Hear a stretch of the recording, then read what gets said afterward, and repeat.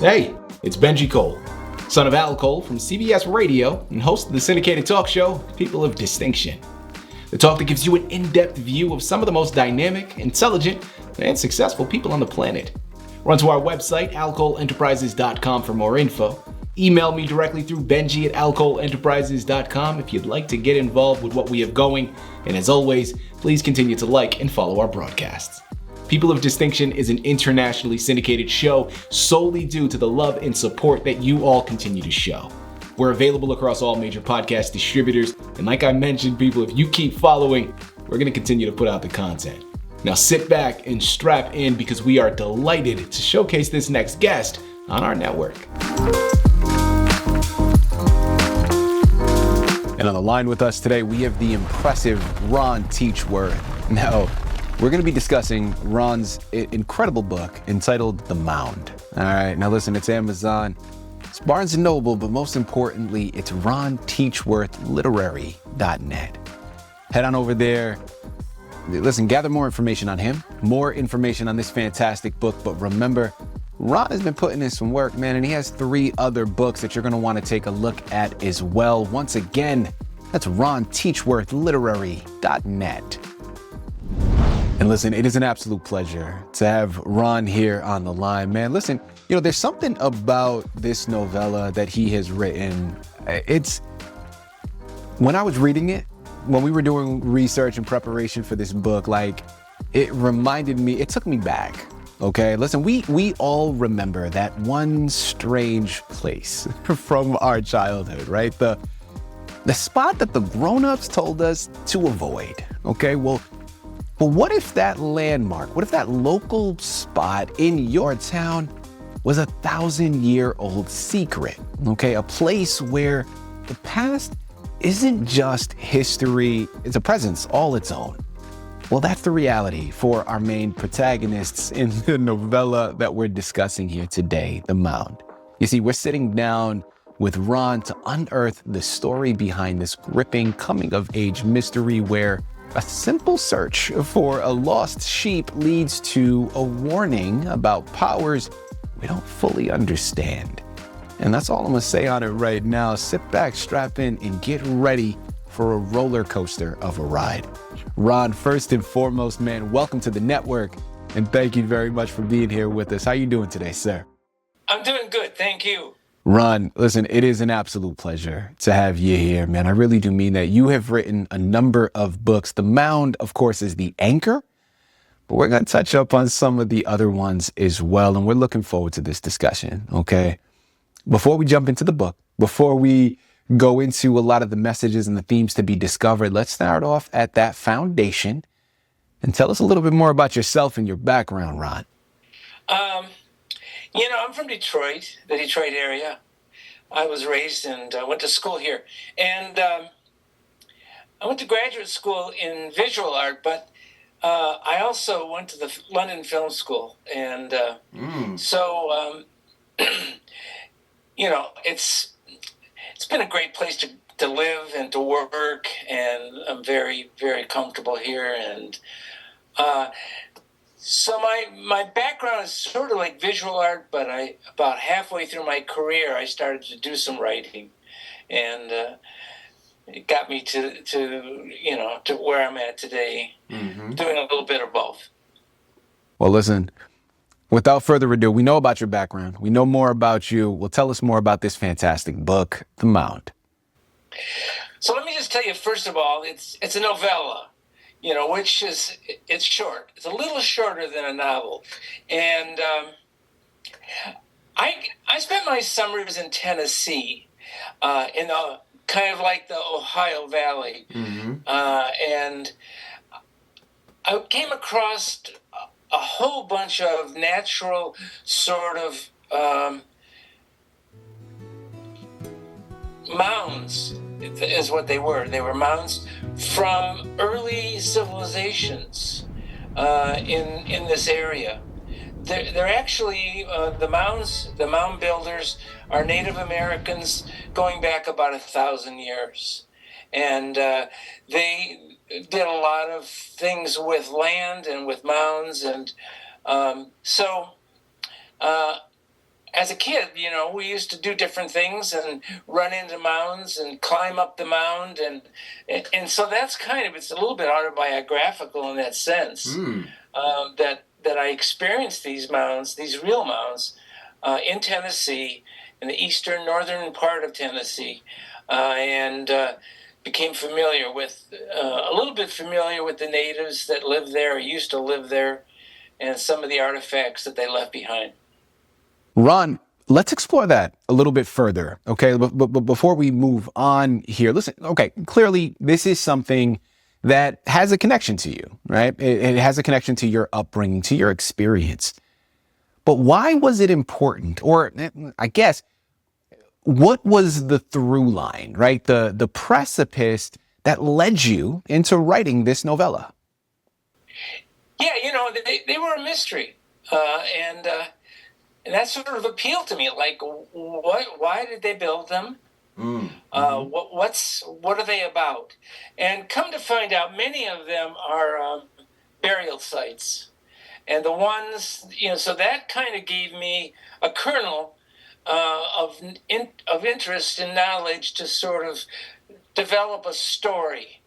The Mound is a novella that's designed for middle school students.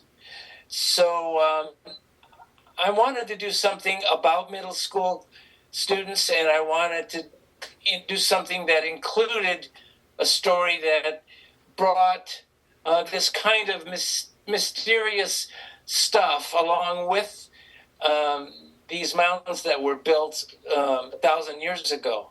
And so that was the beginning of the novella, and the structure for the story was about these two a young woman and a young man that are in middle school, and the girl, there's a girl and there's a guy, and the girl lives on a very, very, very high-tech farm, and they raise sheep and lots of other things too, but they raise sheep, and they raise prize-winning sheep. And it was interesting. And so the essence of the story is sort of like their prize-winning sheep goes missing. So in that sense, you might say, well, it's a little bit of a mystery. Why did the sheep go missing? The young man who meets up with her, his father is a doctor of animals. And he grows up on a farm as well, but it's mostly taking care of the animals in the community, and he's part of that. So what happens is they compete. The girl's family competes with their sheep, and one of their sheep wins an outstanding award. And it's the most attractive and has all the attributes that are required for competition. And just coming up on the time frame of when they have to submit the sheep, to the state fair or to the state competition, the sheep disappears. And he knows some of the natives or people living in this area that are familiar with animals and familiar with the mounds. And it turns out that he had built, when he was younger, along with one of his buddies, he had built a house, a tree house, up on top of a mound. It was, a nice elevation and all that. And they played up there and had fun up there.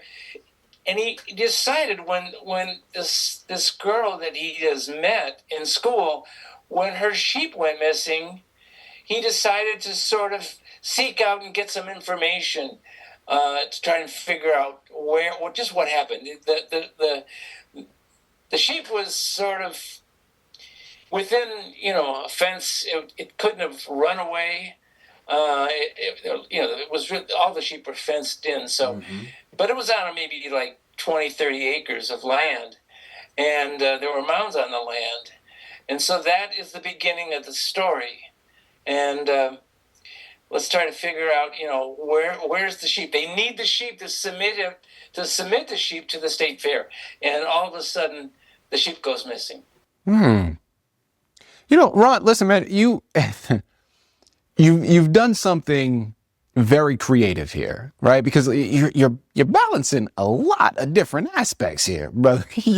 This book it's an adventure at times for kids, right? It's a historical mystery at times. There's even a touch of the supernatural that's infused. So, like, I'm curious, Ron, from a writing perspective, how did you balance all of this, brother? Like, while you were writing it, how did you balance it while keeping the story grounded, keeping it believable for the reader, and still delivering that sense of mystery, that sense of wonder? All of my work touches on the metaphysical. So that I'll just say that. The novel that I wrote touches on the metaphysical. A collection of short stories. All of them have an element of, to some degree. Usually, it's not a big metaphysical element, but usually there's an element of metaphysical activity or meaning in the stories. So that's why I got into this. Okay, the young boy decides to find an older gentleman, an older native whose experience goes way back, and they start to talk, and they start to decide. The young boy and the young woman decide to sort of tap into his knowledge to see if he can help them recover the missing sheep. I'm interested in creating a story that kind of pulls the reader, and in this situation, a middle school reader, and keeps them sort of like on the edge of their seat until the challenge gets resolved. People, listen, I'm going to tell you this, and I'm going to keep on telling you, man, this is something you're going to have to go and purchase, man. It's going to keep you at the edge of your seat, okay? Head on over to Amazon, Barnes & Noble. Most importantly, remember his personal website, ronteachworthliterary.net. You got to pick up your copies of The Mound, and while you're at it, remember, there are 3 other books that he's written to date, and we're going to go into one of them in just a moment, but my final question here pertaining to The Mound, as we close out of it, Ron, I've told you, and I've mentioned this a number of times to my listening audience, I'm a New England boy, born and raised, okay? And I've lived in Los Angeles now for decades, but I remember vividly growing up in New England. And listen, New England is very historical, right? I mean, there are buildings, there are homes there that are hundreds of years old. And I remember growing up, every place carried an aura. Every place had a story around it of which place was haunted and which place had this tragedy that had happened there or this tradition around it and so on and so forth. And I want to now know, right? And I want to see it from your perspective here, Ron. How do you hope that your book might change the way a young reader looks at the landscape that they have around them, especially if they live in an area with its own? I'm interested in history, and I knew that in school, I actually started out my career teaching high school, and I knew that in history, when they teach history, they don't really go into much that's pre-Columbian. And so that's what this story does.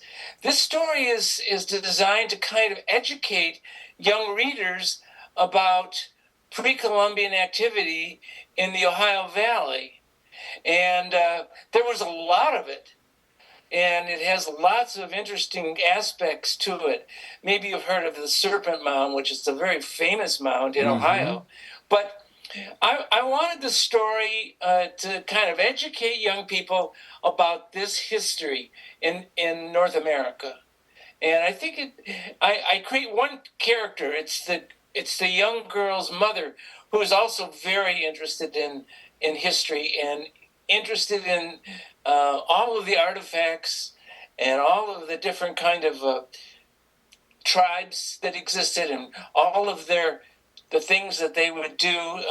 So it brings young people, I hope, into a place that's beyond what they might learn in school.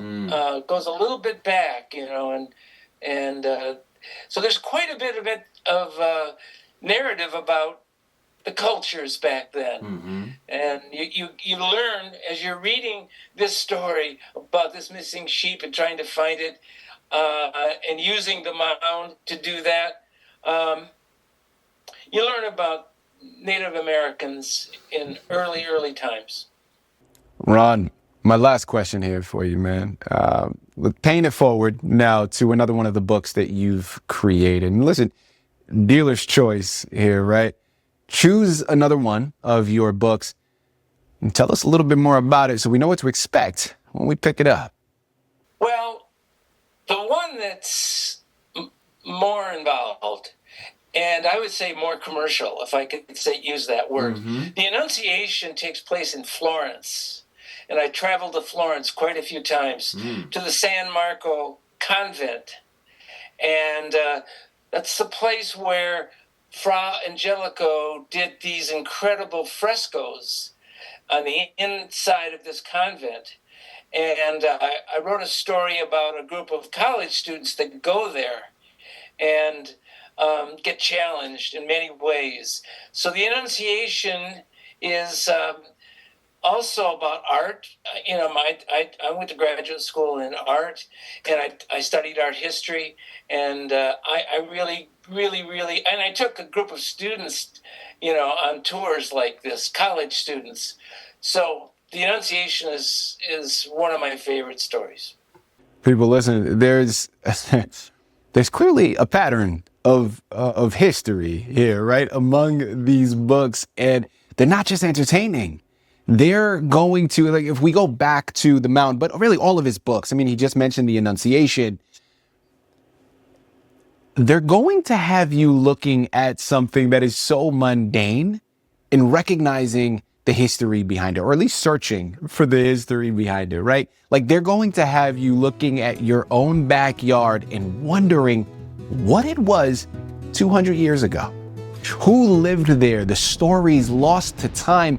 And I promise you, man, your imagination is going to be running. I live in Michigan, north of Detroit, and I live kind of in a rural area. And about 10 years ago, I discovered behind our house, back, not on our property, but just back there, there's at least 2 mounds. And the reason I know they're mounds is because they're near water. They have to build something near water. We have a small river that runs behind our house. And I used to walk back there and look at that mound. It's not as big as the one in the story that I wrote about, but it's still about 15 feet high. Anyway, they're everywhere. They're everywhere. Exactly. Right. And that's the point, Ron, right? Like, that's the message here, is that history is all around us, right? Beneath our feet, wherever we're walking, there are stories to be uncovered. People, this is the precipice to one of them. All right. And hopefully you embark upon a lot more yourself. But it starts here, man. Head on over there. Pick up your copies today. Ron, this has been an absolute pleasure. A true pleasure, man. I really do mean that. Like, an absolute delight. Thank you for writing the books. But more importantly, thank you again for being a guest here with us to discuss it all on People of Distinction.